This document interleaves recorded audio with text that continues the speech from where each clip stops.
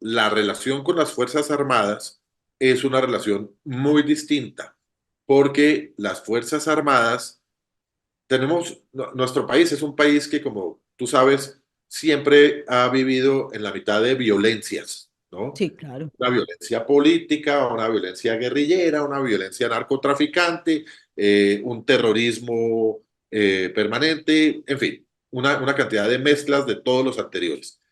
Y este país es un país muy diverso, de regiones inaccesibles, distantes, donde el Estado no ha podido llegar, donde lo único que llegaba al Estado era, o los primeros en llegar a los puntos apartados del Estado, siempre eran los policías y los soldados.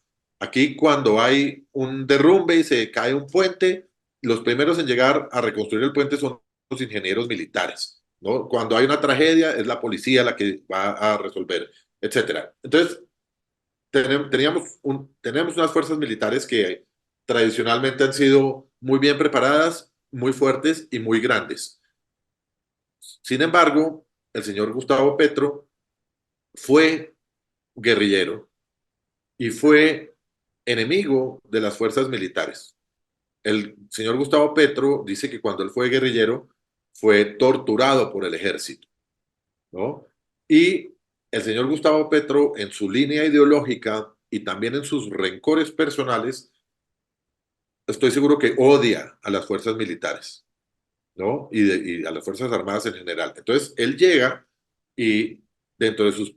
primero le tiene mucha desconfianza también, porque en su retórica caudillista, etcétera, él se ve como una especie de Salvador Allende y le da miedo que algún día le vayan a dar un golpe de Estado, ¿no?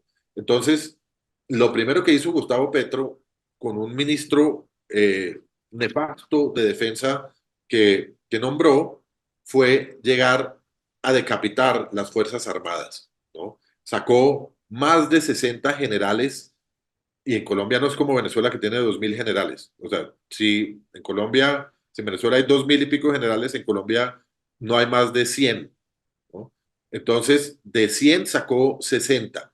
Decapitó toda la cúpula de las Fuerzas Armadas, se llevó por delante toda la experiencia que tenían esas personas que llevaban 30 y pico de años en las respectivas instituciones y generó una especie de oleada de pánico entre las fuerzas militares. O sea, fue como una demostración de poder, como diciendo, aquí llegó el presidente de la República, su nuevo comandante supremo, y bajo ninguna razón, porque además en Colombia existe una cosa que se llama la facultad discrecional. El Ejecutivo puede eliminar a cualquier miembro de las fuerzas militares sin tener que darle ninguna explicación. Decapitó las fuerzas, las dejó muy desautorizadas, desempoderadas y muy desconfiadas. Entonces, hoy en día tenemos unas fuerzas que son más frágiles, que están muy confusas, porque además el señor Petro se lanzó su proyecto Bandera de la Paz Total, donde pretende hacer la paz con todos los grupos ilegales y criminales habidos y por haber. Son por lo menos tres grandes vertientes de criminales con los cuales empieza decretando ceses al fuego. Entonces, las Fuerzas Armadas hoy en día no pueden, están como confinadas. Ha habido una disminución y una merma gigante en su capacidad de actuar y ha habido una diría yo, como una especie de desmoralización proveniente de las decisiones del presidente que las tiene muy arrinconadas.